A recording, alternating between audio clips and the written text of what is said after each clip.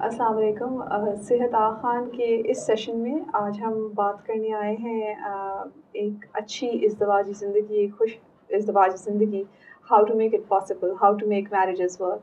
और आज हमारे साथ मौजूद हैं इस पे हमें इंफॉर्मेशन देने के लिए डॉक्टर नरगिस असद।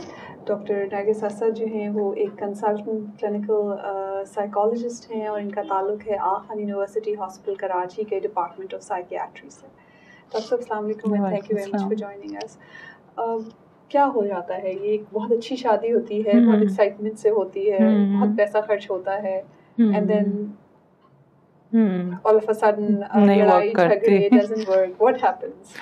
आई थिंक बहुत सारी वजूहात होती हैं उसमें। अब बेसिक चीज़ जो है, आई थिंक जिसको हम बहुत ले पर्सन्स टर्म में बात करें कि लैक ऑफ अंडरस्टैंडिंग, उसको अगर हम अनपैक करें कि लैक ऑफ अंडरस्टैंडिंग से हमारी क्या मुराद है, तो उसमें generally communication problems, trust issues, basically आपकी बहुत सारी आई थिंक नाचाकियाँ या मिसअंडरस्टैंडिंग्स या एक जो प्रॉब्लम्स होते हैं वो इन्हीं इश्यूज़ के गिर्द रिवॉल्व कर रहे होते हैं। समटाइम्स ये होता है कि देखिए हर इंसान की अपनी अपनी एक कैपेसिटी है, अपना एक तरीक़ा है चीज़ों को एक्सप्रेस करने का, समझने का। और specially early years of marriage में दोनों पार्टनर्स अपनी अपनी एक्सपेक्टेशंस के साथ एंटर होते हैं। हो सकता है कि जब आप, और स्पेशली हम अगर मैं लड़कियों के पॉइंट ऑफ व्यू से बात करूं, तो जिस तरह से उनकी परवरिश होती है या जिस तरह से उनको समझाया जाता है या तालीम दी जाती है कि या मैसेजेस जो दिए जाते हैं कि जी शादी के बाद is your life and then it's you have the licence to everything. और शायद पता नहीं दुनिया में ज़िंदगी में क्या इतनी ज़बरदस्त तब्दीली आ जाएगी कि दुनिया आपके कदमों में होगी and you will have liberties of all kind. लेकिन हम ये सब कहते हुए अपनी बेटियों को शायद ये भूल जाते हैं कि कॉन्टेक्सचुअली तो उसने उसी एक कल्चर के घर में जाना है ना, उसमें जाना है जिसके अपने तरीक़े होंगे, अपने मिजाज होंगे। एंड आई थिंक जब वो एक बहुत बड़ा contrast in comparison to what she has been hearing all along वो दिखता है कि ऐसा नहीं है कि उसने एक बात कही और वो मिनट में पूरी हो गई, या maybe the husband is all hers के जो फिल्मों में देखते हैं या जो लोगों से सुनते हैं। तो ऑब्वियसली ऑल ऑफ दैट थोड़ा सा रियलिस्टिकली नॉट ओनली लड़कियों को बल्कि लड़कों को भी उस तरह से ही रेयर करना चाहिए कि रियलिस्टिक मैसेजेस मिलें, प्रैक्टिकल लाइफ के लिए ज़्यादा प्रिपरेशन हो। हमारे यहाँ आई थिंक प्रैक्टिकल लाइफ की प्रिपरेशन सिर्फ इतनी होती है कि तुम खाना पकाना सीख लो, आगे जाके क्या करोगी। None of the things happen in personal communications, in relatedness, relationships में क्या चीज़ें अहम है क्या नहीं है, आप किस तरह से चीज़ों को समझें अपने लेवल पर, दूसरे के लिए क्या अहम चीज़ होगी, how emotions are expressed, maybe males females, that is a difference। और कभी वो एक बड़ा conflict बनता है कि the wife or especially young wife may think that husband is not loving, और वो उसका तरीक़ा ये होगा like maybe it's not that overly expressive whatever। Doctor साहब यूजुअली कॉन्फ्लिक्ट्स जब शुरू होते हैं तो वो आपके क्या एक्सपीरियंस है कि वो किस चीज़ से शुरू होते हैं? यूजुअली तो आजकल पीपल आर वेल एजुकेटेड और ज़्यादा पढ़े लिखे होते हैं जो उनकी होती है, तो प्रॉब्ली मेरा तो पर्सनल ख्याल है कि उनकी अंडरस्टैंडिंग भी ज़्यादा होती है। जब कॉन्फ्लिक्ट शुरू होता है आपके एक्सपीरियंस में क्या उसमें, जैसे मैंने कहा कि सोशल इश्यूज हो सकते हैं, इकोनॉमिक इश्यूज हो सकते हैं, डिवीजन ऑफ रिस्पॉन्सिबिलिटी हो सकती है, एक्सटेंडेड फैमिली है तो एक्सटेंडेड फैमिली का कोई इशू हो सकता है, बिल्कुल जॉइंट फैमिली सिस्टम्स हैं जिसमें वो चीज़ हो सकती है। May be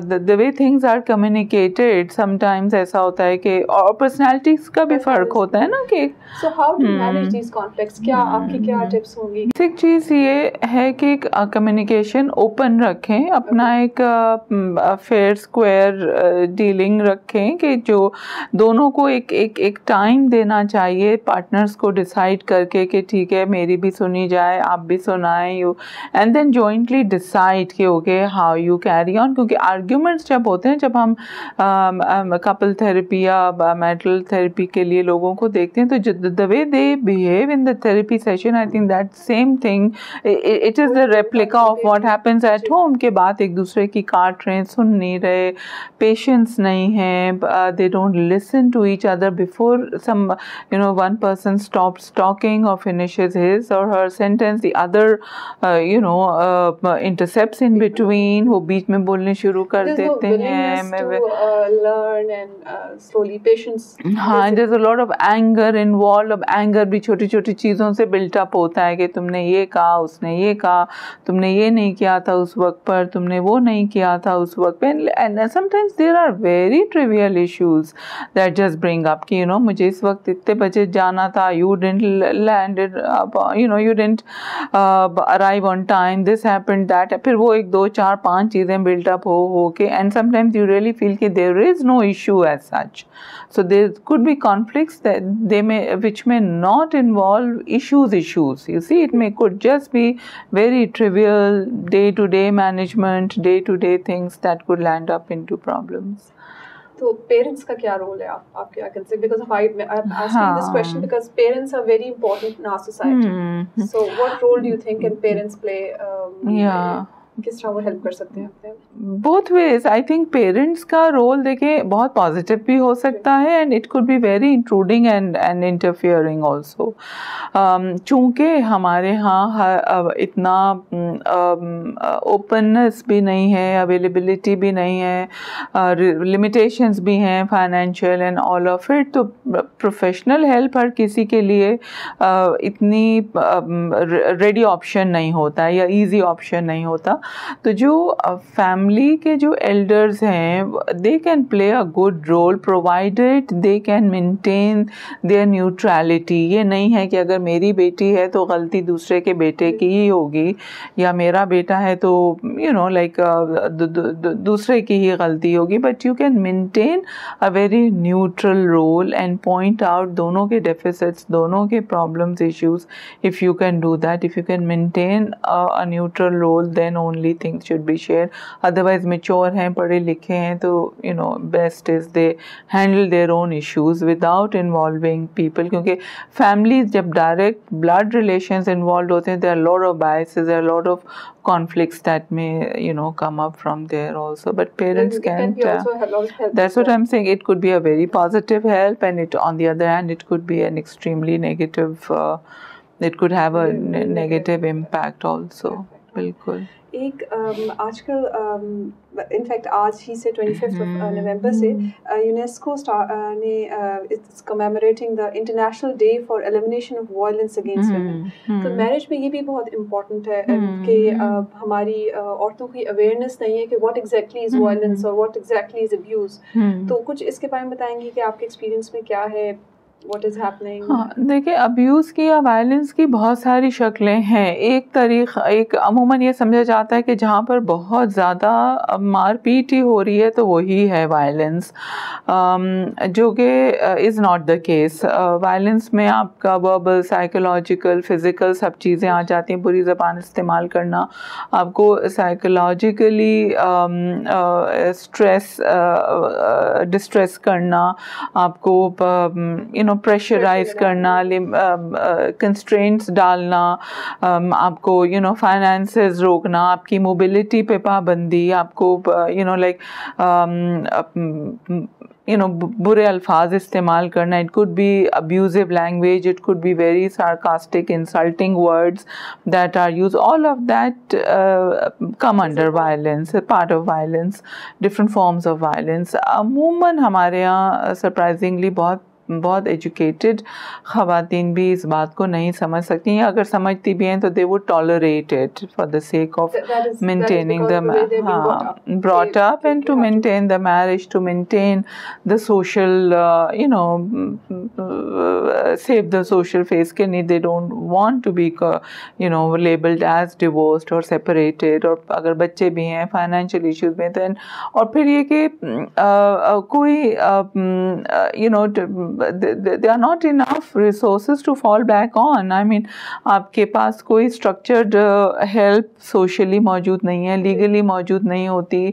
financially woman is in most of the cases is dependent on the male members. तो वो बहुत सारी लिमिटेशंस यूँ भी आ जाती हैं. लेकिन अमूमन बहुत सारे लोग नहीं समझ पाते कि ठीक है, अगर कोई बुरे अल्फाज किसी ने यूज़ कर लिए या आपके लिए अब्यूजिव लैंग्वेज हो गई तो ठीक है, I mean that's part of it and it happens, और ये तो बहुत नॉर्मल सी चीज़ है. दो एक आध थप्पड़ भी पड़ गया तो कोई बड़ी बात नहीं है. This this goes on, it's nature of man कि this is going to happen. तो so there is a lack of awareness, and there's a lot of tolerance for certain such of these. Even like हमारे elders भी educate कर बर्दाश्त कर लो, कोई बात नहीं, घर तो बचाना है, घर को उस करके सेव करके रखो. So all of this happens, which So what will your message be to parents जिनकी बच्चियों की शादी हो रही है? I would rather say कि जिनके बच्चों की शादी हुई, even if their sons are getting married, what would be your message to them कि उन्हें किस तरह एजुकेट करना चाहिए, या क्या चीज़ें जो बहुत ज़रूरी हैं जो उन्हें शुरू से पता होनी चाहिए? I think it is not just the girl who needs to be educated, but equally लड़कों को भी educate करने की ज़रूरत है कि respect, trust, like just being respectful to another person is important. आप if और हमारे यहाँ इसी कल्चर में बहुत सारी एग्जांपल्स आपको मिलती हैं कि जो बहुत रिस्पेक्टफुली, बहुत gracefully things have happened, in the sense कि even if they have to separate और be divorce, they will do it in a very respectful manner. कि एक चीज़ अगर नहीं चल रही तो बजाय ये कि आप एक अब्यूजिव रिलेशनशिप को ज़बरदस्ती आगे बढ़ाएं और वो प्रॉब्लम्स आपके लिए भी हों, आपके बच्चों के लिए भी हों, उनके ऊपर भी नेगेटिव इम्पैक्ट आए. It's better to be separate in healthy ways and provide at least one parental figure who's healthy and who can provide for everything, rather than carrying on with something जो बच्चे 24/7 उस पर exposed हैं, violence, strains, bad language, bad communication styles. और उसमें फिर eventually ये होता है कि either children are forced to become part of something, they play a role, they are required to act and behave in ways that are much maturer than their natural age, and they become exposed to many things that may be a little premature for some very young children. कोई ऐसी laws या कोई ऐसी facility available है